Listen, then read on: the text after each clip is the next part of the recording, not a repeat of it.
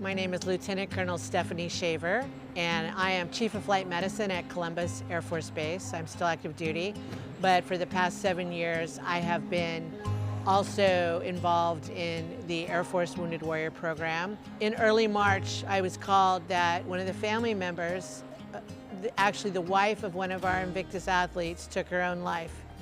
And she was what I call a keystone caregiver. She was somebody that led the way for all the families, all the other caregivers.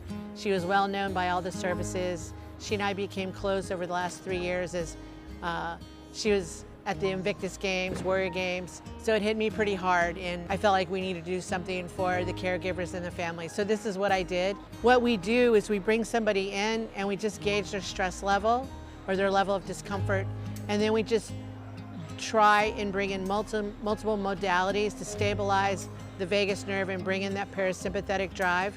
So how do we do this? We have Warrior Canine Connection, which has their service-trained dogs, but they're kind of fellowship-trained in trauma support. They can do full body weight on people with anxiety or just needing that type of comfort to bring in and calm, that sympathetic, parasympathetic drive and calm people down. We have pulsed electromagnetic frequency beds. We have frequency-specific microcurrent. We have various lasers for pain. So a lot of directed energy. We have something called a tenant biomodulator, which we can basically, through just mild directed energies, bring in the parasympathetics. We're stabilizing the vagus nerve. This is all evidence-based and has a lot of good data. It's just not routinely utilized in our current healthcare system. And my hope is that we just can influence more of our corporate military leadership, expose them to this model. I'm going to build out a talking paper and a protocol on this is not expensive. This is just a different way to look at stress, PTSD, all these people. For 7 years, I have had athletes with head injury, PTSD, you name it.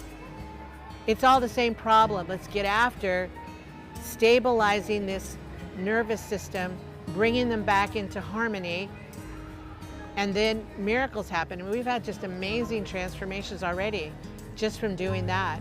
That's my hope, that I can raise awareness. There's other things to do besides what we're currently doing and really move the needle. If this prevents just one more suicide, it will all be worth it. And we can all heal together.